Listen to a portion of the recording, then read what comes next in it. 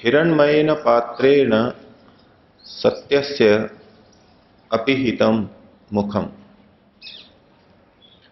हिरण्मय अर्थात सोने से बना हुआ स्वर्णमय एक पात्र है।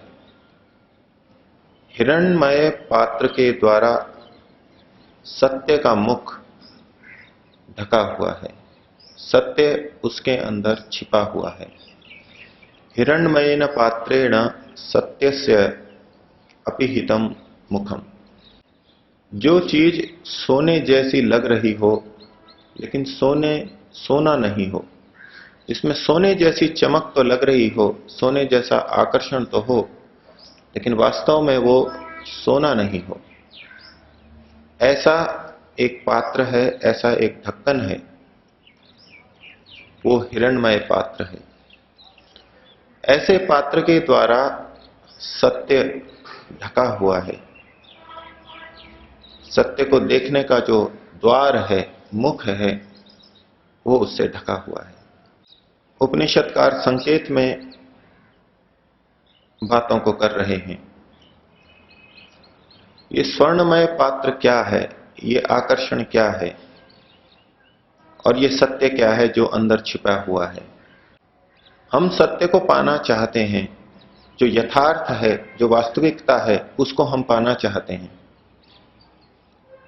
ये वास्तविकता, यथार्थ भी सत्य के नाम से कही जाती है, जानी जाती है। तो जो सच्चाई है वो किसी आकर्षण में छिपी हुई है। उस आकर्षण के कारण हम सच्चाई तक नहीं पहुंच पा रहे हैं। सच्चाई से पहले एक आकर्षण बीच में आया हुआ है। वो सच्चाई किस चीज की? वो सच्चाई इस आत्मा की, आत्म तत्व की। वो सच्चाई प्रकृति की, मूल प्रकृति की, प्रकृति का वास्तविक स्वरूप। और वो सच्चाई परमात्मा की, ईश्वर की। जब हम शरीर को देखते हैं तो शरीर के रंग रूप के कारण अंदर का चेतन आत्म तत्व विस्मृत हो जाता है। उस चेतन आत्म तत्व तक पहुंचना है तो उसके लिए दूसरी पंक्ति में उपाय बताया। लेकिन आत्म तत्व इस शरीर रूपी आकर्षण में छिपा हुआ है, और वो आकर्षण ऐसा है कि हम वहीं तक सीमित हो जाते हैं, उसी को आत्मा समझने लगते हैं, उसी को स्वयं समझने लगते हैं। इसी तरह से इस संसार का जो रंग रूप है, सौंदर्य है, इसके अंदर प्रकृति का वास्तविक स्वरूप भी छुप सा गया है। प्रकृति का जो सुखद आकर्षक रूप है वो तो हमको दिखाई देता है, हम उसकी ओर आकर्षित होते हैं, उसको उपयोग में लेना चाहते हैं। लेकिन उसके पीछे जो उसकी सच्चाई है, सत्य है कि ये संसार दुख से युक्त भी है, हमको बंधन देने वाला भी है, और ये वो चीज नहीं दे सकता जिसकी चाह हमको है, जिस सुख की चाह हमको है, उसकी पूर्ण प्राप्ति इस प्रकृति से नहीं हो सकती। ये प्रकृति का सच है। लेकिन बाहर का आकर्षण इतना है कि हम प्रकृति के उस सच तक नहीं पहुंच पाते।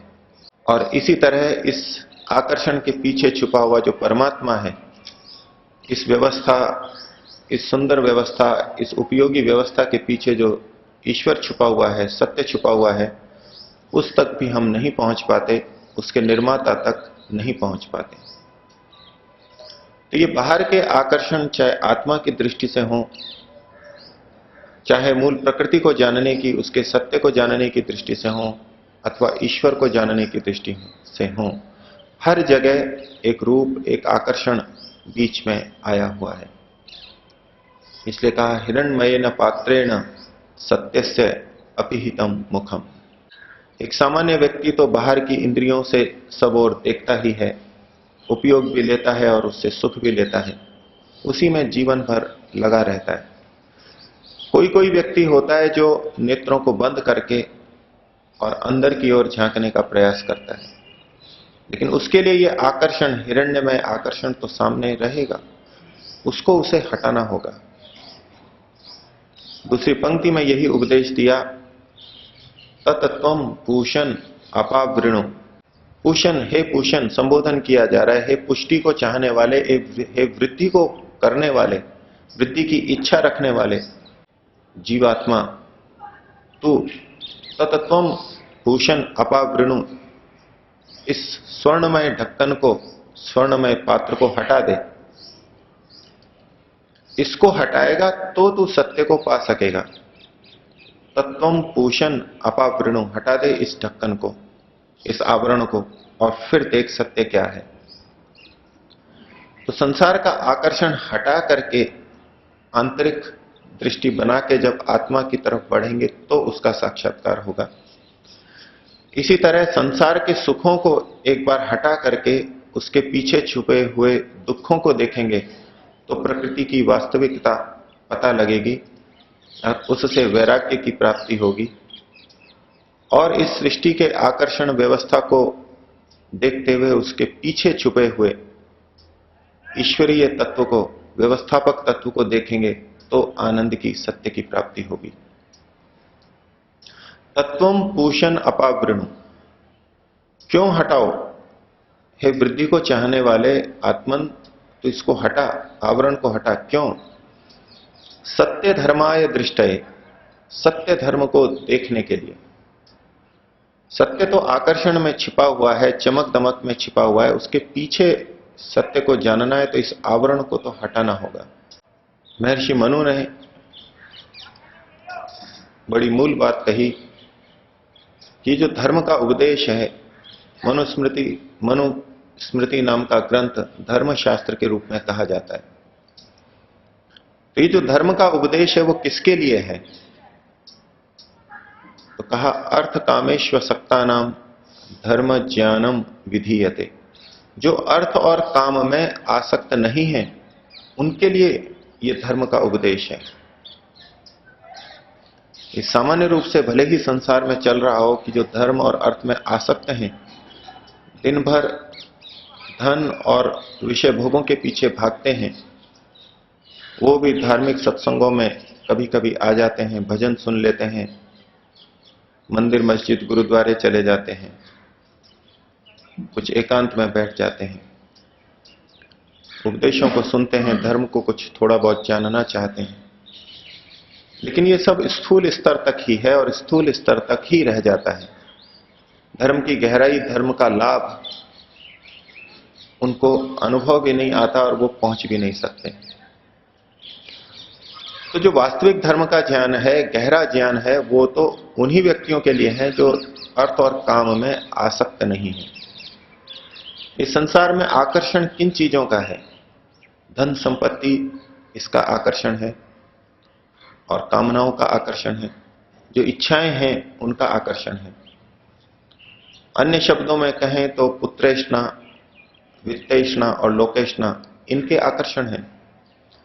इनको जो व्यक्ति हटाएगा, इनको जिस व्यक्ति ने थोड़ा हटाया है, उसके लिए यह धर्म का ज्ञान है और वो उस धर्म को समझ भी पा सकता है, नहीं तो दूसरा तो समझ भी नहीं सकता।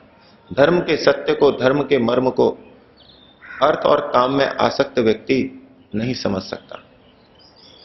अगर वो समझेगा भी तो कुछ विकृत ढंग से समझेगा, कुछ अलग अर्थ में समझेगा।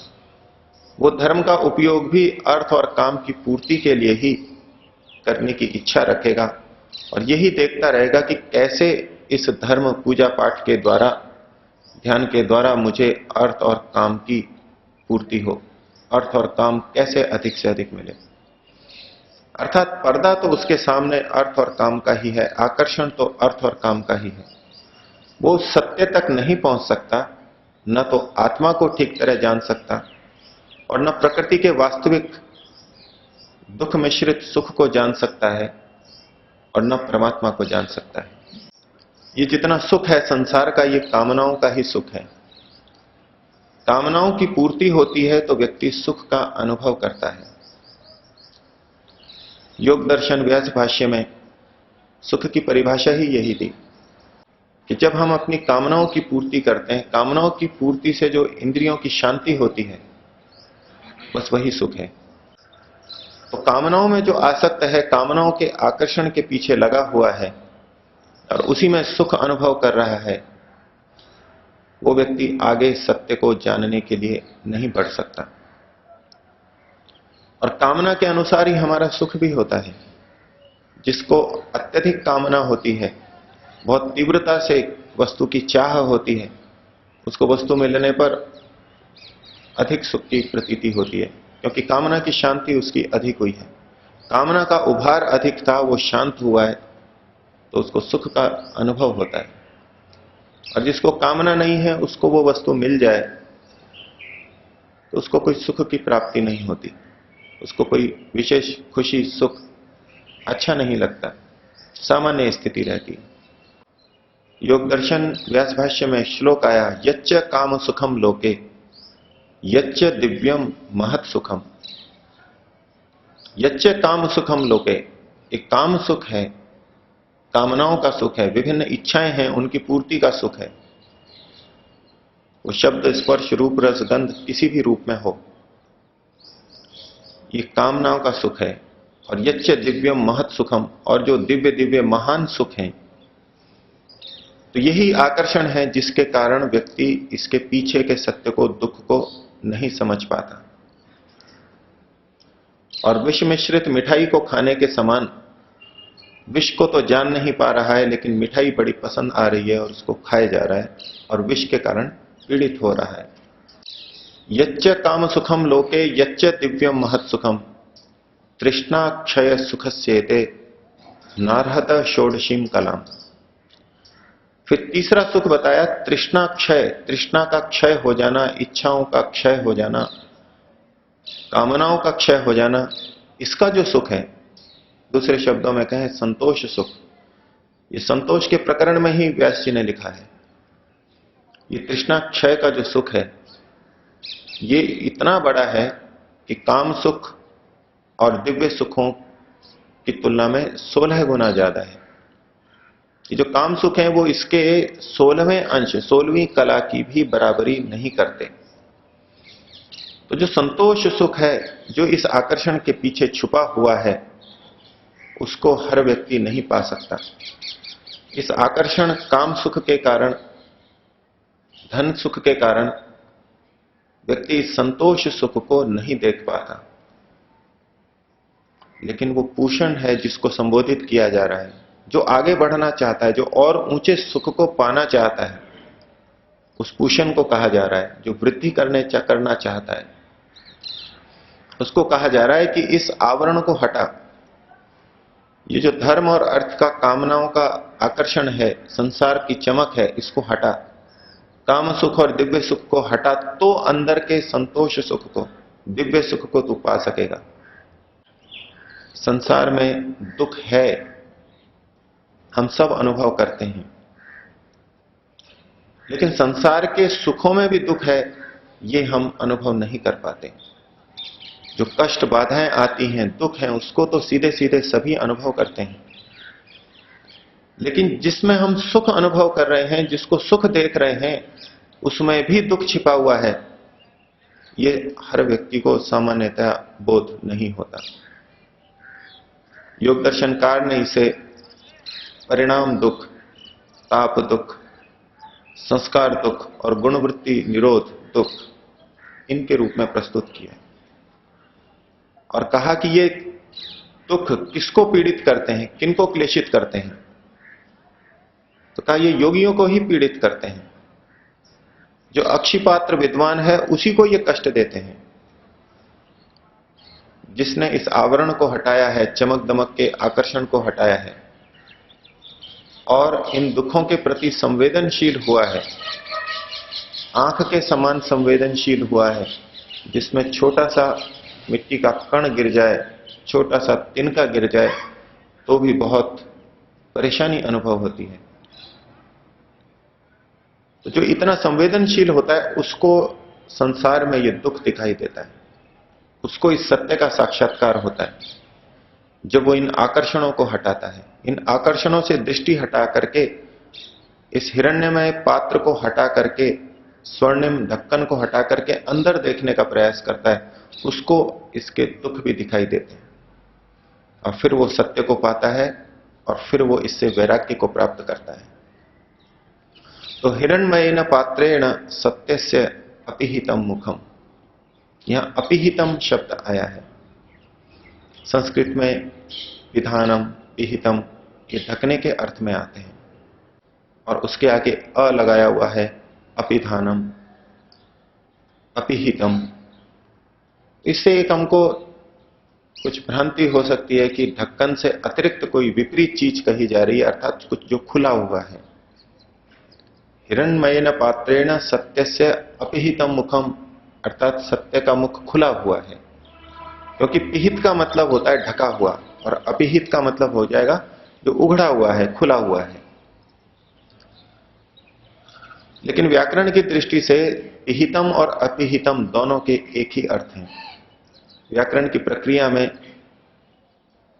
एक आचार्य के मत में अ का लोप हो जाता है, एक में लोप नहीं होता। तो पिहितम का भी वही अर्थ है और अपिहितम का भी वही अर्थ है। सत्य का मुख, सत्य का मार्ग, सत्य का द्वार इस आकर्षण से दबा हुआ है, ढका हुआ है। पिछले मंत्रों की व्याख्या में मनुस्मृति का एक श्लोक और आपके सामने रखा था, जिसमें कि व्यक्ति अधर्म के द्वारा खूब वृद्धि को प्राप्त करता है, उसको बड़ा आकर्षण लगता है, धर्म के सत्य को वो नहीं जान सकता। एक सामान्य व्यक्ति जो केवल अर्थ और काम में आसक्त है, वो धर्म के तत्व को नहीं जान सकता। अधर्मेण एधते तावत ततो भद्राणि पश्यति, वो अधर्म के द्वारा बहुत बढ़ता है, अपनी वृद्धि भी देखता है। ये अधर्म का आकर्षण है। चोरी करेगा, रिश्वत लेगा, मिलावट करेगा, जो चीज देने का कहा है वो ना देके हल्की दे देगा, इस सब से उसको अपनी वृद्धि दिखाई देती है। बहुत धन संपत्ति की वृद्धि, कारोबार की वृद्धि, यश की वृद्धि दिखाई देती है। अधर्मेण एधते तावत, यह अधर्म का विकृत रूप है, चमकीला रूप है। ततो भद्राणि पश्यति, और फिर बहुत भद्र, अच्छा अच्छा लगता है उसको, बड़ा प्रसन्न होता है। और ततः सपत्नान जयति, अपने शत्रुओं को भी उससे जीत लेता है और भी अच्छा लगता है। जो बाधक हैं, जो व्यक्ति उसकी बाधा, इसमें बाधा पैदा करते हैं, उन तक को भी हटा देता है। ये इसका आकर्षण रूप है, आकर्षित रूप है, चमकदार रूप है। लेकिन वो सत्य को नहीं जान सकता कि इसका परिणाम क्या आने वाला है और आगे मेरे साथ क्या होगा। समूलम तु विनश्यति, उसका मूल ही मूल सहित वो नष्ट हो जाता है। तो यदि हमको सत्य को जानना है, अधर्म की वास्तविकता क्या है, अधर्म से आखिर में होगा क्या, उसको जानना है, तो इसकी जो चमक है, अधर्म के द्वारा जो चमक है, धन की प्राप्ति, यश की प्राप्ति, उसको हटा करके देखना होगा। और तब जाकर के हमको सत्य का साक्षात्कार होगा। और सत्य का साक्षात्कार हो गया तो फिर ये आकर्षण ही नहीं रहेगा, ये हमको आकर्षित नहीं कर सकेगा। तो हिरण्मयेन पात्रेण सत्यस्य अपिहितम मुखम तत्त्वम पूषण अपावृणु, हे वृद्धि को चाहने वाले तो इसको हटा दे, आकर्षण को हटा दे। सत्य धर्माय दृष्टये, सत्य धर्म को देखने के लिए, और सत्य धर्म को जानकर ही तेरा अंतिम उद्धार होगा।